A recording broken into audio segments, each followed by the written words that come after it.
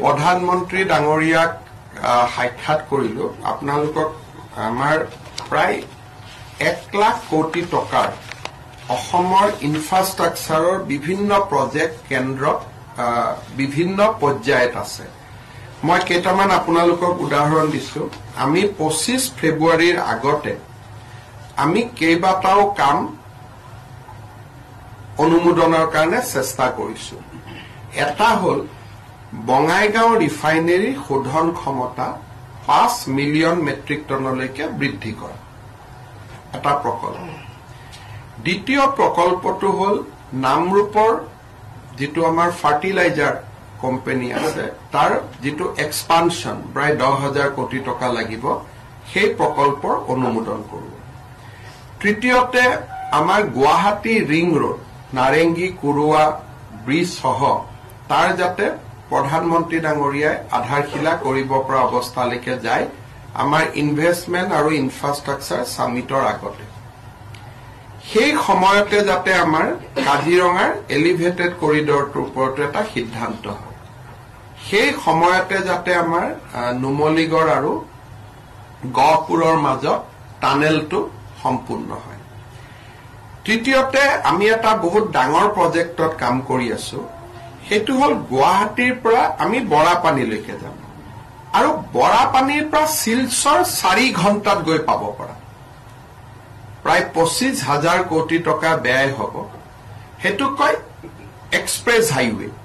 অৰ্থাৎ প্ৰথম আপুনি যাব বৰাপানীৰ পৰা সিধাই গৈ আপুনি শিলচৰ এটো যেটো ইষ্ট টু ৱেষ্ট কৰিডৰ হৈ আছে হাফলং দি তাত যেহেতু পাহাৰুৱা ৰাস্তা কেতিয়াবা ভাল হ'ব পাৰে কেতিয়াবা বেয়া হ'ব পাৰে তাৰ কাৰণে এটা বহুত ডাঙৰ প্ৰজেক্ট চিন্তা কৰা হৈছে যে ৰাতিপুৱা আপুনি শিলচৰত গৈ গধূলি যাতে ঘূৰি আহিব পাৰে তেনেকুৱা এটা প্ৰকল্প চিন্তা কৰি তাৰ বিষয়ে আমি প্ৰধানমন্ত্ৰী ডাঙৰীয়াক এটা নিবেদন কৰা হৈছে যে আপুনি এটো কনসিডাৰ কৰক তেতিয়া আমাৰ খুব ফাস্ট হ'ব 1.5 ঘণ্টা বৰাপানী গৈ আৰু নেক্সট 3.5 ঘণ্টাত আপুনি ৰবি কোনটো জায়গাত গৈ পাম পঞ্চগ্ৰামত গৈ পাব পাৰো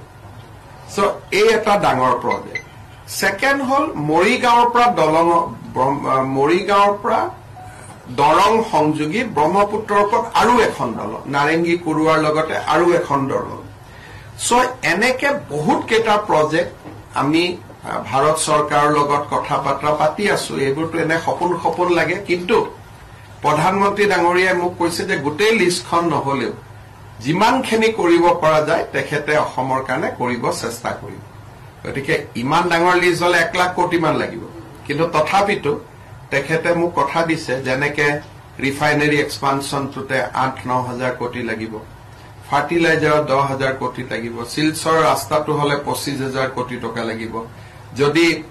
তলত আমাৰ টানেলটো হয় 12,000 কোটি টকা লাগিব গুৱাহাটী ৰিং ৰোডত 8,000 কোটি এলিভেটেড কৰিডৰটো হলে 8,000 কোটি তাৰমানে গোটেইবোৰ মিলিলে শিলচৰ ৰাস্তাটোত অকলে 25,000 ক্ৰছ গতিকে এইবিলাক একোটা বহুত ডাঙৰ কথা কিন্তু প্ৰধানমন্ত্ৰী ডাঙৰীয়াই আশ্বাস দিছে যে গোটেই লিষ্টখন নহলেও 25 ফেব্ৰুৱাৰীলৈকে তেওঁ অসমক যিমান পাৰে ভাল খবৰ দিবৰ কাৰণে চেষ্টা কৰিব তাৰ লগত আমাৰ গুৱাহাটীৰ দুয়োপাৰে জাগিৰোড আৰু পলাশবাৰী এই গোটেই প্ৰকল্পখিনিক লৈ গুৱাহাটীক সামৰি দুখন স্যাটেলাইট সিটিৰো কথা চলি আছে তাতো প্ৰায় 10,000 কোটি টকাৰ বিনিয়োগৰ কথা আছে গতিকে বিভিন্ন ধৰণৰ আঁচনি আমি 25 ফেব্ৰুৱাৰীৰ ভিতৰত